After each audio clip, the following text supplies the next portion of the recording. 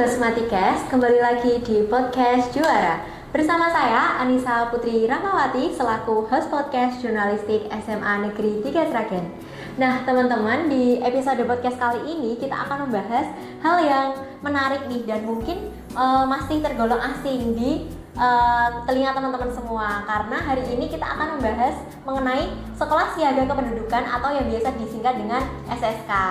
Nah, buat biar kita bisa menyelam lebih dalam nih mengenai SSK itu sebenarnya apa sih? Ini kita akan mendatangkan narasumber yang keren juga nih teman-teman. Beliau adalah Beliau adalah pemerhati kesehatan masyarakat, yaitu Ibu Dr. Iin Dwi Yuliarti, Magister Kesehatan. Iya. Nah, mari kita sama langsung aja teman-teman. Ibu Iin. Halo Ibu, apa kabar? Apa kabar? Alhamdulillah baik, Mbak. Mbak siapa tadi? Anissa, Ibu. Anissa. Okay. Alhamdulillah ya teman-teman. Semoga Ibu Iin selalu sehat dan bahagia ya Ibu. Amin. Nah, ya. Ibu, mungkin teman-teman ini masih cukup asing nih Bu di telinga mereka mengenai Sekolah Siaga Kependudukan. Mungkin sebelum kita menyelam lebih dalam nih, mungkin Ibu bisa kasih tahu nih ke kita, Sekolah Kependudukan itu sebenarnya apa sih Ibu? Karena teman-teman masih banyak nih yang kayak bertanya-tanya sebenarnya Sekolah Kependudukan itu apa ya, seperti itu. Oke, di adik-adik semuanya ini cantik-cantik, cakep-cakep ya. Ingin mengenal ya tentang Sekolah Siaga Kependudukan, dan alhamdulillah nih SMA 3 ya, semangat nih untuk memulai Sekolah Siaga Kependudukan. Oke ya, nanti didukung ya. Iya, alhamdulillah. Oke, Sekolah Siaga Kependudukan itu merupakan sekolah ya, di mana dia nanti bisa mengintegrasikan, Mbak Nisa, mengintegrasikan materi-materi kependudukan, keluarga berencana, pembangunan keluarga di dalam kurikulumnya. Jadi tidak perlu menambah jam pelajaran, tapi cukup mengintegrasikan saja. Sebagai contoh, misalkan ada pelajaran biologi nggak nih? Ada ya. Di situ bisa dimasukkan nih tentang apa nih? Tentang kesehatan reproduksi remaja gitu ya. Tentang apa? PUP apa? Penundaan usia perkawinan gitu ya. Jadi beberapa di Sragen itu sudah ada beberapa sekolah yang sudah menjadi Sekolah Siaga Kependudukan, dan kami harapkan nanti adik-adik juga mensupport SMA tercinta ini juga untuk bisa menjadi Sekolah Siaga Kependudukan. Dan alhamdulillah nih ruangan podcastnya ya luar biasa juga ya.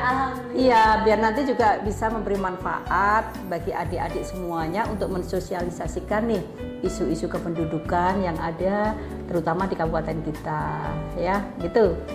Nah, menarik sekali ya ternyata Ibu mengenai Sekolah Siaga Kependudukan ini. Ternyata bukan hanya program nih teman-teman, tapi ternyata juga memberikan dampak bagi kita sebagai pelajar juga. Nah, oke Ibu. Nah, sebagai kalau kita berbicara mengenai kependudukan nih Ibu, pasti kan tidak lepas dari kualitas generasi di masa depan Ibu. Nah, betul. Dari sudut pandang Ibu nih sebagai pemerhati kesehatan masyarakat nih Ibu, apa sih hubungan antara kependudukan dan perencanaan masa depan serta kualitas generasi muda? Karena kita itu kan juga penerus generasi bangsa nih Ibu, karena 2045 nanti adalah Indonesia emas, dan kita sebagai penerus itu kan pasti harus tahu nih kira-kira apa sih kena-mengena mengenai Sekolah Kependudukan ini dengan kita sebagai generasi bangsa. Oke ya, luar biasa ya pertanyaannya ini anak-anak muda sekarang gitu ya. Jadi gini Dek, tentunya di beberapa tempat ya atau di sekolah lain atau di sini mesti bertanya-tanya tuh kok kependudukan sih, mikirnya tambah kurang pindah mutasi seperti itu ya. Tidak hanya seperti itu. Jadi isu-isu kependudukan di kita itu kita lihat nih remaja-remaja kita ya, satu, laju pertumbuhan lambat, anak-anak mulai ada child free. Wah, itu udah digembar-gemborkan kan ya, luar biasa juga kan. Kemudian ada beberapa kasus kependudukan yang ini sebenarnya juga berawal atau berakar masalah di ketahanan keluarga, dalam keluarga adik-adik semuanya ini ya. Kita beri contoh kasus perkawinan usia muda ya. Perkawinan usia muda di Sragen juga tinggi ya kan. Kemudian kita lihat juga dari banyaknya kasus perkawinan usia muda itu diantaranya adalah karena MBA, hamil duluan nih, ya kan? Dan ini tentunya ke depan pasti akan menjadi permasalahan sosial, ya. Dan juga kalau kita lihat saat ini kita kan ada di dalam bonus demografi, ya kan? 70% lebih sedikit lah ya, nggak hafal Bu Dokter ya. Itu adalah usia produktif, ya. Di antaranya adik-adik semua ini adalah berada pada usia produktif. Dengan laju pertumbuhan lansia yang semakin hari semakin meningkat, nanti beban adik-adik di masa depan itu kan akan menggendong istilahnya banyak beban, ya. Dan kita lihat bahwa akan ada banyak pekerjaan yang akan digantikan oleh AI, contohnya seperti itu. Artinya apa? Tantangan remaja-remaja nanti ke depan ketika dia sudah menjadi pencari kerja, itu kan sangat luar biasa, betul nggak? Betul ya. Nah, ini SSK ini tujuannya adalah mempersiapkan diri, ya, agar generasi kita ke depannya nanti bisa menghadapi bonus demografi, menjadi tadi tahun 2045 bisa menjadi yang cerdas, berkarakter, ya kan, dan tentunya berwawasan kependudukan, seperti itu. Bisa dipahami nggak ini? Bisa, Ibu. Alhamdulillah. Berarti itu mempersiapkan kita sebagai generasi muda biar nanti Betul. setiap saat apa Iya. ada itu ya Indonesia emas gitu. Iya, dan itu kan perlu perencanaan, ya kan? Kita keluarga berencana. Jangan berpikir keluarga berencana berarti nanti kalau aku nikah aku pakai kontrasepsi apa gitu. Kan gitu doang ya yang dipahami, tidak. Tapi kita harus merencanakan dari usia muda. Sebagai contoh, nih adik ini kan akan nanti jadi calon ibu kan. Untuk jadi calon ibu harus sehat kan, harus sehat. Ini remaja-remaja ini pengennya badan langsing gitu ya. Kemudian asupan makanannya jadi kurang energi, kurang Fe, ya kan. Nanti jadi stunting nih, lengan lingkar lengan atasnya itu kecil gitu ya, tidak sesuai yang harusnya diharapkan gitu. Lahirlah anak stunting. Nah, contohnya seperti itu. Contoh lagi, ini marak ya, HIV/AIDS juga di kalangan remaja. Kemudian juga penyimpangan seksual, baik itu LGBT itu ya, itu juga sudah marak ya, terutama di kita juga sudah mulai. Nah, ini jika tidak dikelola dengan baik, ya kan, tidak dipersiapkan dengan baik, pernikahan yang tidak direncanakan dengan baik seperti MBA tadi kan, ini tentunya nanti ketika punya anak hasilnya juga tadi kualitasnya kurang ya. Pernikahan remaja ketika dia sudah berumah tangga dengan banyaknya permasalahan, tidak kuat mental lah, ya kan, nanti bisa ibu muda depresi seperti itu dan sebagainya, seperti itu ya Dik ya. Mungkin ini ya teman-teman, tadi kan sudah disampaikan oleh Ibu Iin ya mengenai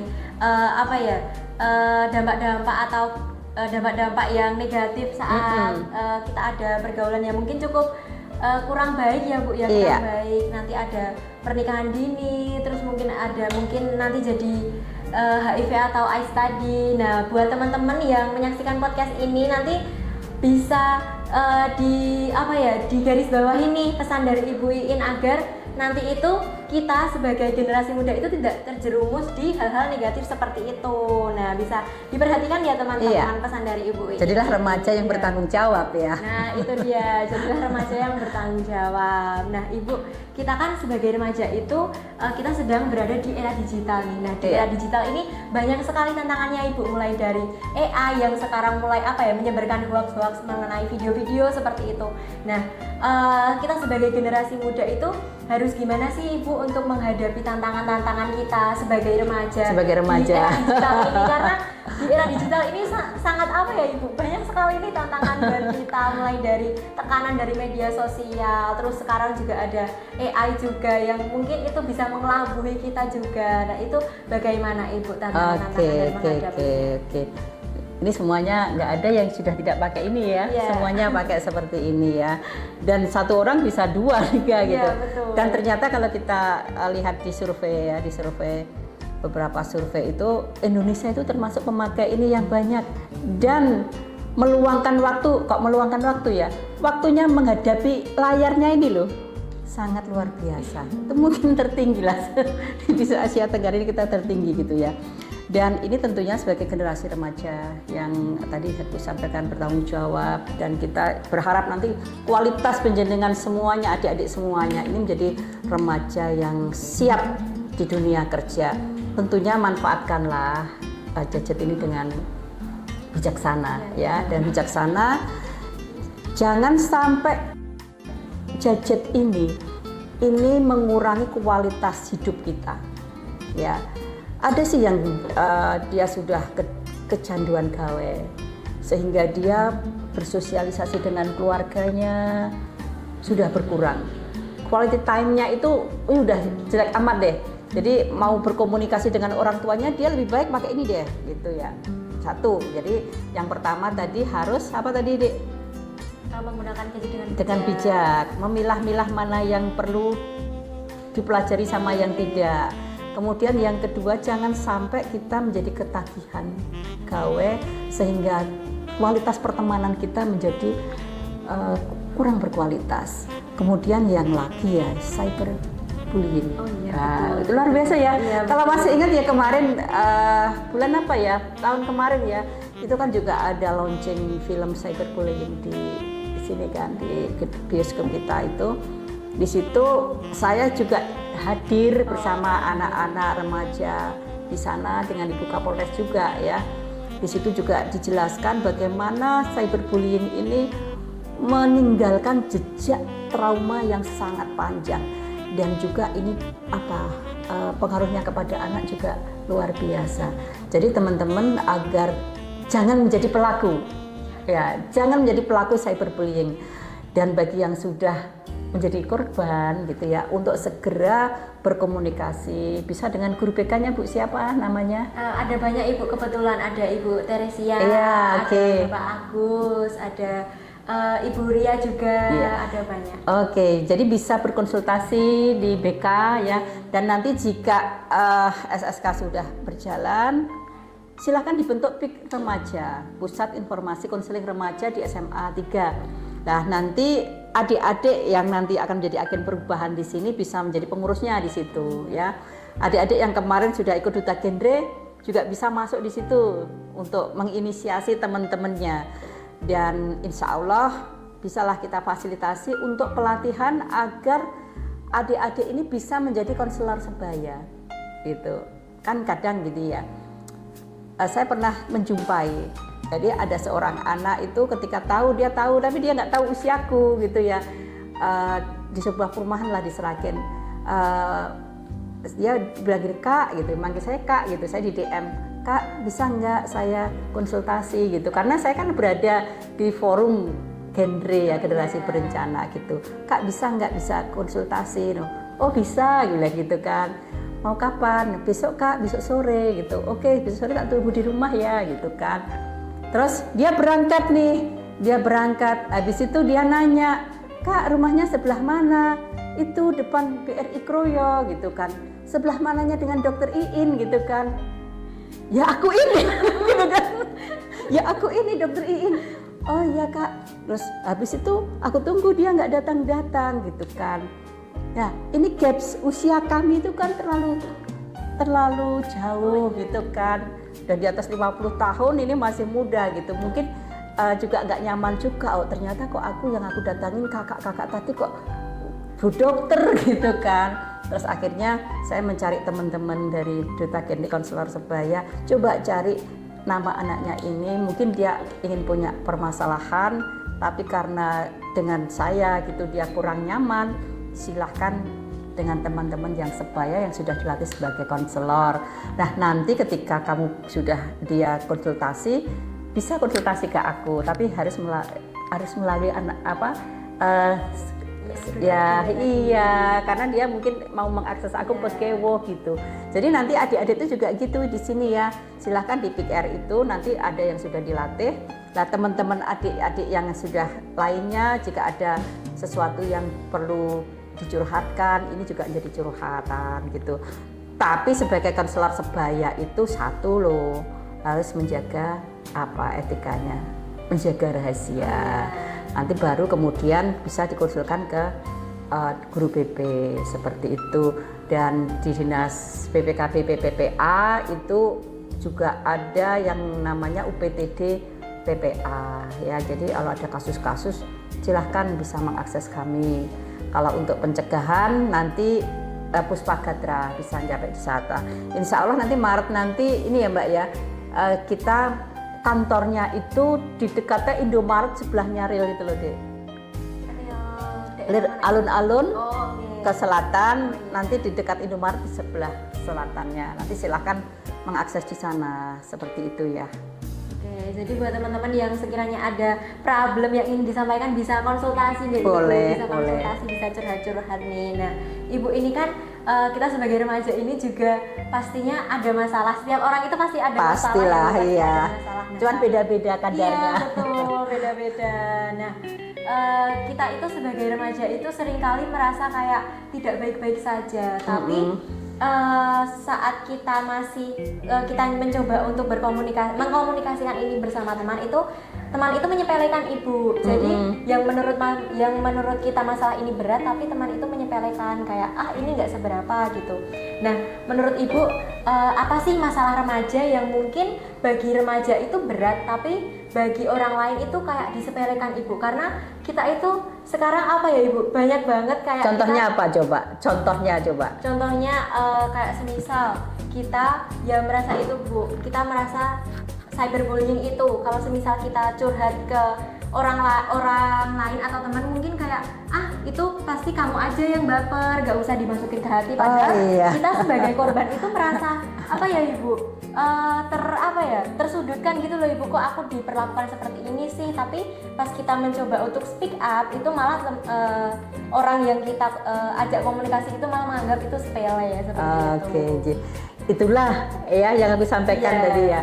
Jadi kenapa cyberbullying ini contohnya kecil ya, itu disosialisasikan seperti itu. Termasuk nanti tolong di sini ya, nanti juga tersosialisasikan.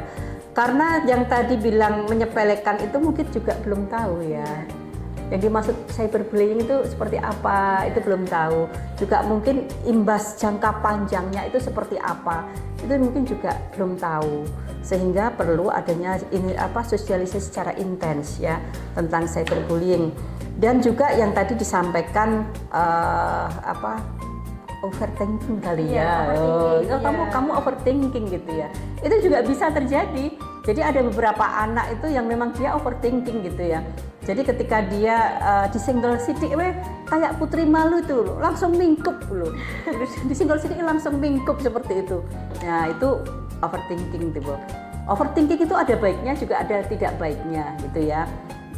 Baiknya apa di overthinking? Dia kan waspada orang.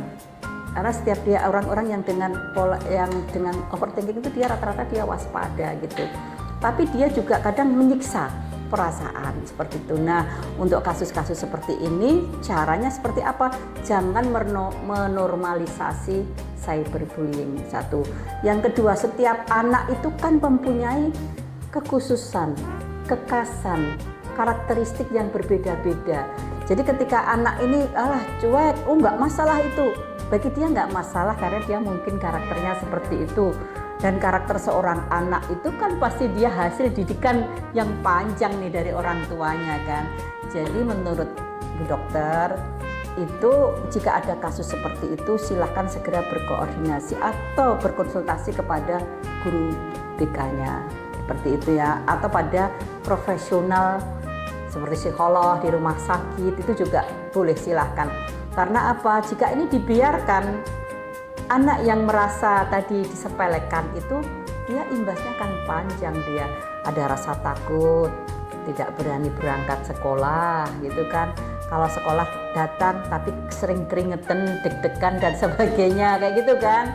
Itu pernah saya menjumpai kasus seperti itu. Jadi seorang anak itu kalau dia berangkat sekolah kok nggak mau berangkat, ini anak SD ya, berangkat sekolah kok nggak mau gitu kan. Terus orang tuanya datang nih, kenapa, sakit apa? Katanya sakit perut gitu, sakit perut. Perutnya nggak apa-apa nih hasil pemeriksaan gitu. Ternyata dia kayak stres gitu ya. Setiap dia mau berangkat itu dia stres, perutnya mual, dia nggak mau sekolah gitu. Coba komunikasi dengan gurunya ya, bicara dengan gurunya. Kemudian setelah berbicara dengan gurunya, bertanya itu ternyata anaknya ini dibully sehingga dia tidak mau sekolah. Nah kayak gini kan jadi masalah dia gitu ya. Iya. Iya, oke, Ibu cukup paham dan semoga ini bisa menambah insight baru buat teman-teman juga ya Ibu, agar teman-teman ini jangan sampai menjadi pelaku dan semoga juga tidak menjadi korban. Iya, betul.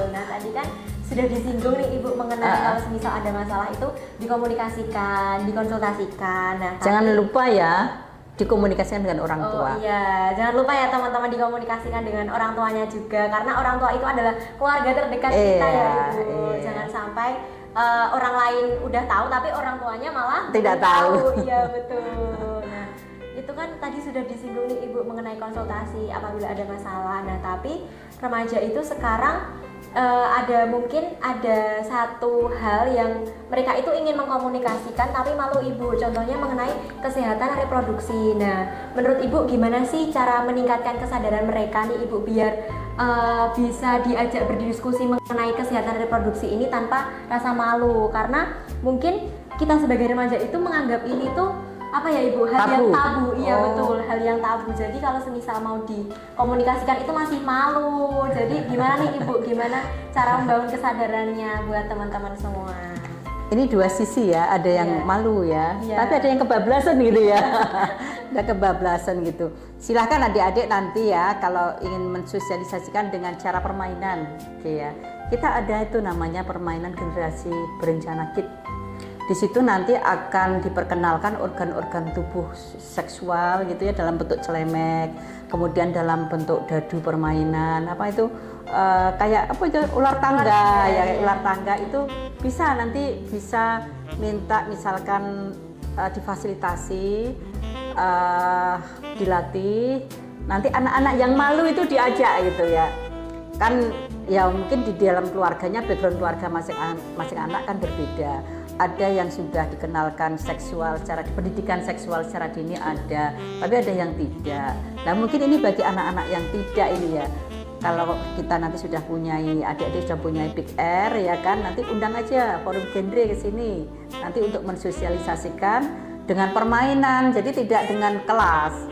Kalau dengan kelas kan ya mungkin tadi Arab tanya nggak berani ya kan, tapi kalau dengan permainan yang edukatif, terus kemudian dengan fasilitatornya adalah teman-teman sebayanya dia kan akan lebih nyaman gitu ya, karena anak-anak seperti ini jika takutnya kalau salah langkah ya, misalkan dia ketemu dengan orang yang kurang bertanggung jawab dengan lugu dan sebagainya gitu, dimanfaatkan. Muncullah child grooming yang kemarin kita juga sosialisasikan kan di SMA 3 ini.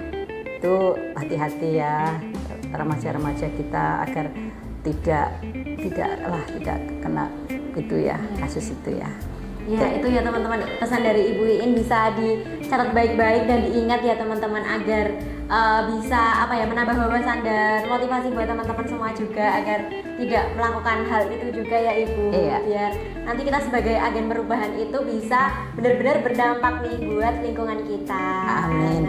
Berpahala loh ya. Iya betul. Nah Ibu, kita akan membahas mengenai sekolah siaga kependudukan nih Ibu. Kita kan sebagai siswa itu mungkin merasa kita itu hanya sebagai pendengar saat sosialisasi, tapi mungkin peran kita itu bisa lebih dari itu. Nah, menurut Ibu, peran siswa dalam sekolah siaga kependudukan ini itu hanya sebatas pendengar materi aja, atau mungkin kita bisa menjadi agen perubahan nih Ibu buat teman-teman sebaya kita? Bisa menjadi pemateri nanti. Oh bisa. Bisa aja.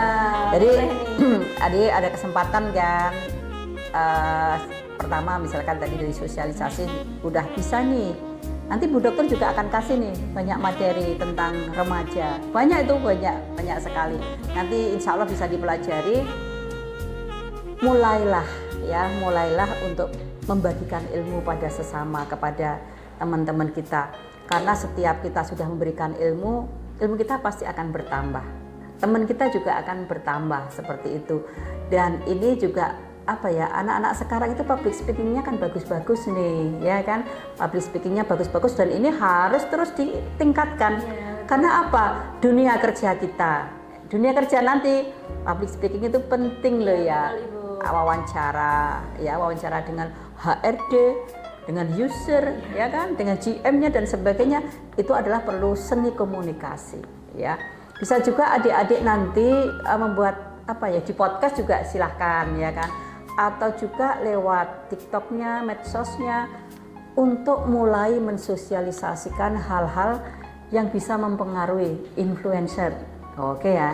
Itu kan ada teman-teman duta medsos, mungkin di sini ada nggak? Ada yang ikut nggak?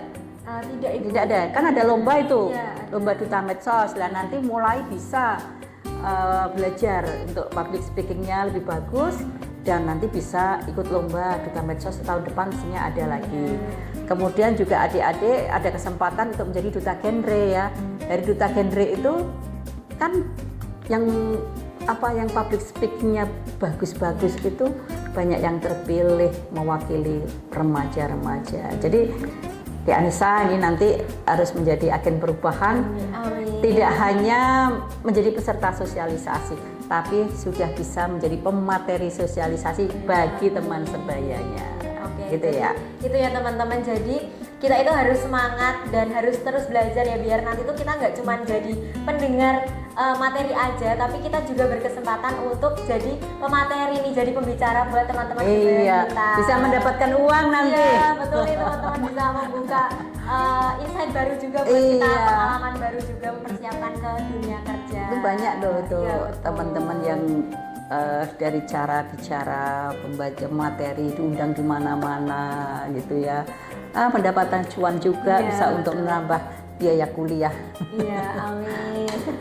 Nah Ibu, program-program kesehatan itu kan pasti tidak bisa berjalan sendiri tanpa dukungan berbagai pihak nih Ibu. Nah menurut Ibu nih, gimana sih cara sekolah, orang tua, terus tenaga kesehatan ini bisa bekerja sama nih agar edukasi mengenai kesehatan remaja ini nggak cuma teori tapi bisa diterapkan di kehidupan sehari-hari. Jadi nggak cuma kayak kita mendengarkan sosialisasi aja, tapi ada penerapannya juga nih Ibu. Nah gimana sih Ibu caranya bekerja sama dengan pihak sekolah maupun orang tua juga?